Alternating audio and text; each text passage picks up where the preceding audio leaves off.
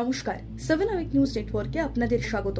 নন্দীগ্রামে রামনবমী উৎসবে অংশগ্রহণ করতে গিয়ে নাম না করে শাসক দলকে প্রতিরোধ করার জন্য তাদের উত্তম মধ্যম দেওয়ার নিদান দিলেন তমলুক লোকসভা কেন্দ্রের বিজেপি প্রার্থী অভিজিৎ গঙ্গোপাধ্যায়। আর প্রাক্তন বিচারপতির এই বিতর্কিত মন্তব্যে ইতিমধ্যেই শুরু হয়েছে রাজনৈতিক চর্চা। ভোট এলেই দলবদলের খেলা শুরু হয় রাজ্য জুড়ে।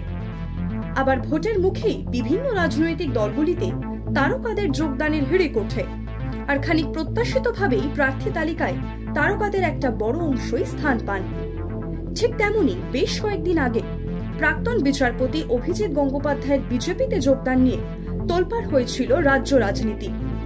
আদালতের দরবার থেকে সোজা জনতার দরবারে এসে নিজেকে কতটা প্রমাণ করতে পারবেন অভিজিৎ, সেই নিয়ে বিস্তর আলোচনাও হয়েছিল। তবে পরবর্তীতে দেখা যায় পোড় খাওয়া রাজনীতিবিদের মতোই দলীয় কর্মীদের চাঙ্গা রাখতে আর জনগণের কাছে এক দক্ষ রাজনীতিকের তকমা পেতে প্রাক্তন বিচারপতি বেশ লম্বা চওড়া ভাষণকেই হাতিয়ার করেন। আর এদিন এমনই এক ভাষণে ভোট পরবর্তী হিংসা প্রসঙ্গে কথা বলতে গিয়ে নাম না করে শাসক দলকে কার্যত ছুঁড়ে কাছাকাছি কোনো সমুদ্র বা নদীতে ফেলে দেবার পরামর্শ দিলেন অভিজিৎ। ভোট পরবর্তী হিংসার মামলা আদালতে চলছে।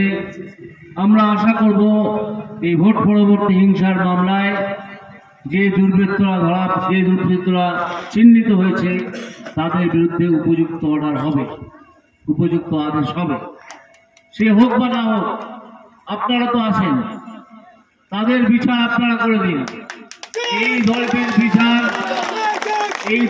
বিচার আপনারা আগেই করে দিন। এই দলটিকে ছুঁড়ে কাছাকাছি যে সমুদ্র বা নদী আছে সেখানে ফেলে দিন। এখানেই থামেননি তিনি। শাসক দলকে উত্তম মধ্যম দেওয়ার দাওয়াই দিলেন তমলুকের বিজেপি প্রার্থী। তার মতে ইন্ডিয়ান পেনাল কোডের right two private defence act অনুযায়ী মানুষের আত্মরক্ষার অধিকার আছে, আর সেটা করতে গিয়ে দুর্বৃত্তদের বিরুদ্ধে রুখে দাঁড়ানো বা তাদেরকে শায়েস্তা করা কোনো দোষের নয় বলেই তিনি মনে করেন। কি বললেন তিনি, শুনুন। বিরোধ করার জন্য মানুষ জেগে উঠেছেন। আপনাদের দুর্নীতির, আপনাদের তোলাবাজির, আপনাদের দৌরাত্ম্যপনার প্রতিরোধ করার জন্য মানুষ জেগে উঠেছেন। এবং এটা জানবেন যে মানুষের আত্মরক্ষার অধিকার আছে, এবং সেই আত্মরক্ষার অধিকার প্রয়োগ করতে গিয়ে মানুষ যদি আপনাদেরকে উত্তম মধ্যম দেন তাহলে তাতে কোনো দোষ হবে না। কারণ আত্মরক্ষার অধিকার আইনে স্বীকৃত, যাকে ইন্ডিয়ান পিনাল কোডে বলেছে রাইট টু প্রাইভেট ডিফেন্স। রুখে দাঁড়ান, দুর্বৃত্তদের শায়েস্তা করুন। ভোট এলেই দলীয় কর্মীদের উজ্জীবিত করতে হোক বা বিরোধী দলকে খাটো করতে, নিজেদের মন্তব্যে বারংবার বেলাগাম হয়ে পড়ে বিভিন্ন রাজনীতিকরা। এবার সেই তালিকায় নাম লেখালেন প্রাক্তন বিচারপতি তথা তমলুকের বিজেপি প্রার্থী অভিজিৎ গঙ্গোপাধ্যায়।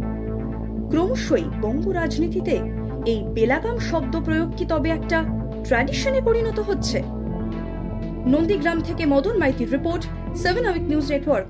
আরও বিভিন্ন খবরের আপডেট জানতে হলে 7 আওয়ার নিউজ চ্যানেলটিকে সাবস্ক্রাইব করতে ভুলবেন না, কারণ আপনাদের একটা সাবস্ক্রিপশন আমাদের কাছে অত্যন্ত মূল্যবান। জয় হিন্দ।